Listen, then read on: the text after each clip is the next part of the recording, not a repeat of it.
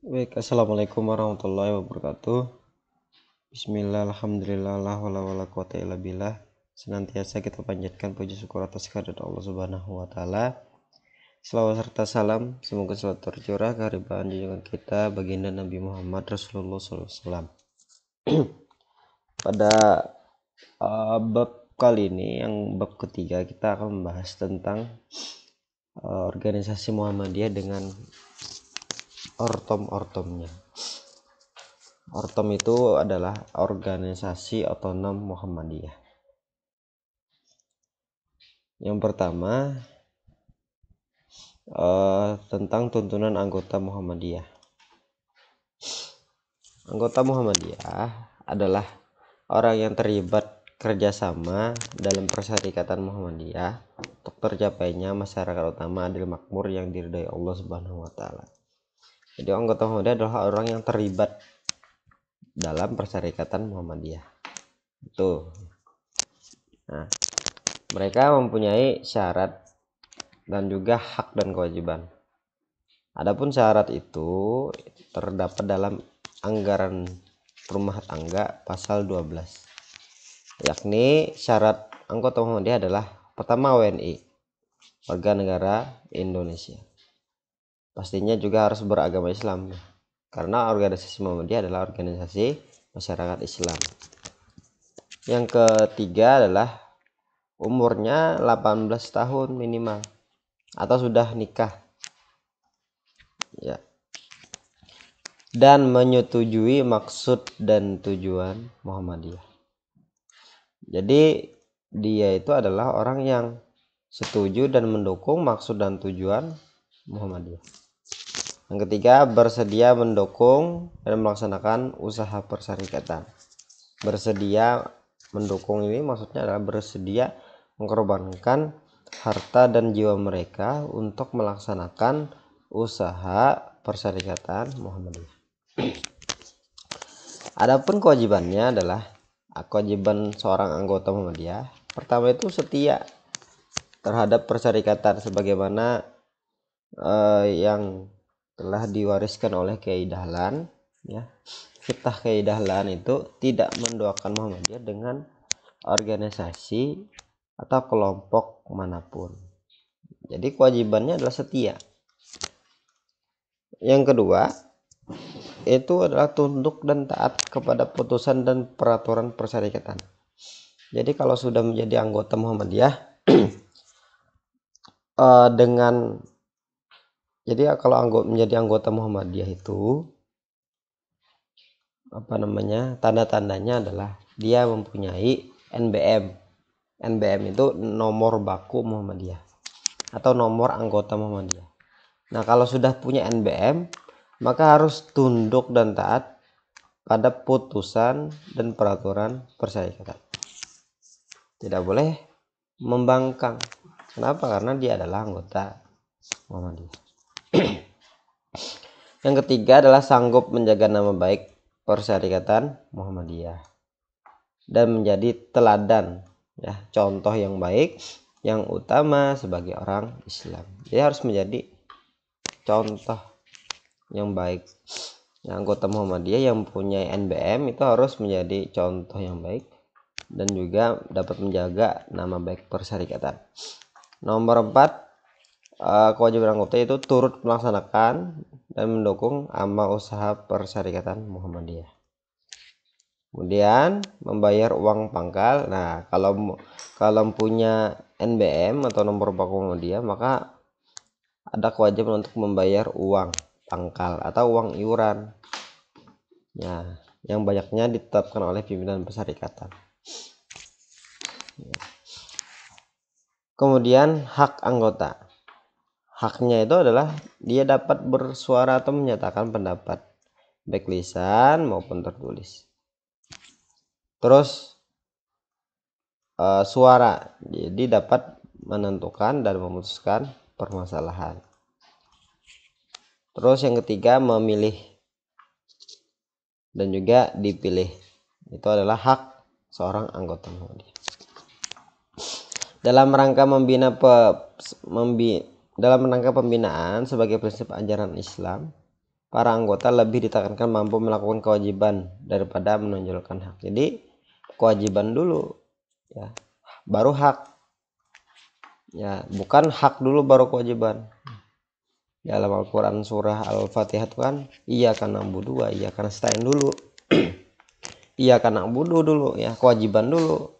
Baru iyyaka nasta'in ya, hak. Ya kan?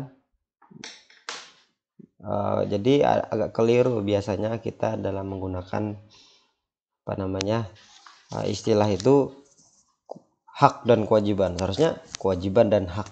Kewajiban dulu baru hak gitu. Nah, jadi seorang anggota itu harus mampu melakukan kewajiban daripada menonjolkan hak. Untuk itu, sebagai seorang muslim ya, yang beriman, mereka selalu didorong untuk selalu senang beramal soleh. Dari itulah bahwa peraturan organisasi Muhammadiyah sejak yang terkecil terendah ranting sampai wilayah, bahkan pula pada ekselon PP ya, pimpinan pusat, selalu ada pembinaan.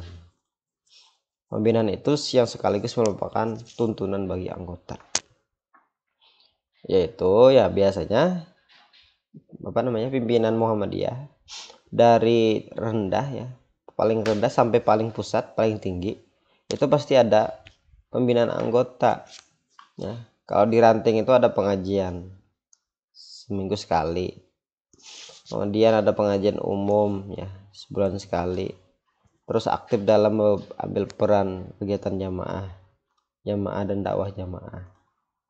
Kemudian tuntunan untuk memantapkan pelaksanaan dakwah Islamiyah, sadar bahwa setiap anggota Muhammadiyah adalah dai dan daiyah. Jadi anggota Muhammadiyah adalah seorang dai, penceramah dan daiyah ya, untuk perempuannya. Perlu ditunaikannya permusyawaratan dengan baik sebagaimana diatur dalam persyarikatan, baik permusyawaratan teknis termasuk pelaksanaan rapat-rapat pimpinan maupun permusyawaratan legislatif, yaitu untuk ranting menyelenggarakan musyawarah ranting sekurang-kurangnya tiap 6 bulan sekali ya. Kemudian sebagai bapak ibu jamaah Muhammadiyah, maka silaturahmi dengan sesama anggota maupun yang belum anggota. Nah, jadi harus saling menjaga silaturahmi. Kemudian melawat yang sakit atau yang kena musibah dan lain sebagainya, menggerakkan dan untuk memberikan bantuan buat keluarga yang memerlukan ya, beasiswa, pengobatan, bantuan sosial dan lain sebagainya, menerima keluhan anggota jamaah dan secara maksimal memberikan pemecahannya, menggerakkan sholat berjamaah, kegiatan hari raya Islam, dan momentum hidup rumah tangga secara Islam, khitanan, kawinan, kelahiran maupun kematian. Juga tuntunan sebagai suami istri. Hak dan kewajiban serta peraturan lain tentang keanggotaan diatur dalam anggaran rumah tangga. Ini yang tadi ya, mendaftarkan diri sebagai dan membayar uang pangkal. WNI laki-laki perempuan 18 tahun atau sudah menikah menyetujui ya yang tadi anggota. Nah, ini yang tadi itu adalah syarat anggota biasa. Sedangkan syarat anggota luar biasa dia boleh bukan warga negara Indonesia, tapi tetap harus beragama Islam dan juga harus setuju maksud dan tujuan Muhammadiyah dan juga bersedia mendukung amal usaha Muhammadiyah. Jadi syarat anggota luar biasa itu bedanya cuma di sini. Warga negara Muhammadiyah, warga negara Indonesia itu tidak wajib. Terus syarat anggota kehormatan pastinya beragama Islam, berjasa terhadap Muhammadiyah, dan juga wibawa dan keahliannya diperlukan untuk bersedia membantu Muhammadiyah. Ini anggota kehormatan ya. Biasanya yang punya jasa terhadap Muhammadiyah dan biasanya itu sudah pada tua-tua gitu. Kemudian kewajiban anggota baik itu biasa, luar biasa, dan kehormatan saat menjalankan agama Islam, ya pasti itu menjaga nama baik, ya seperti yang tadi, nama baik Muhammadiyah berpegang teguh kepada kepribadian serta MKCH, ya keyakinan dan cita-cita hidup Muhammadiyah. Kemudian taat pada peraturan Muhammadiyah, keputusan musyawarah Muhammadiyah, dan juga kebijakan pimpinan pusat Muhammadiyah. Mendukung dan mengindahkan kepentingan Muhammadiyah serta melaksanakan usahanya. Selalu mendukung kepentingan Muhammadiyah dan melaksanakan usaha Muhammadiyah. Itu adalah kewajiban anggota. Membayar iuran anggota, ya biasa setiap bulan sekali, dan juga membayar infak.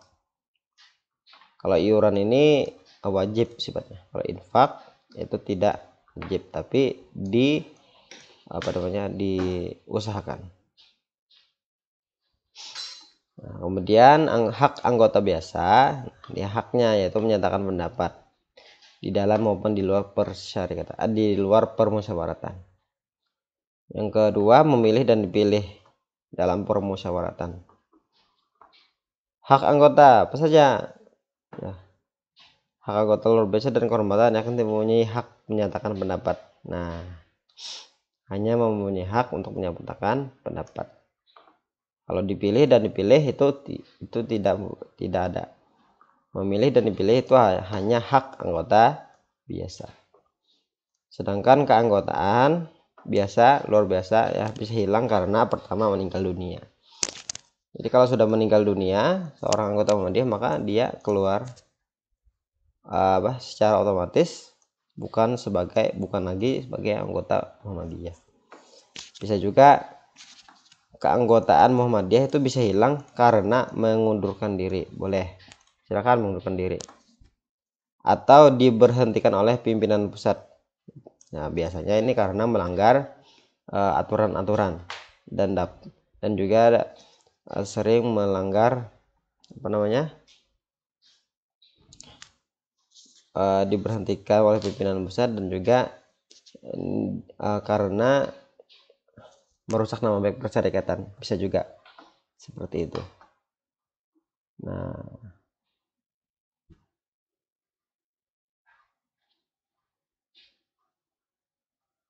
baik, itu saja yang bisa saya sampaikan. Nasrun minallahi wa fatun qarib. Fastabiqul khairat. Wassalamualaikum warahmatullahi wabarakatuh.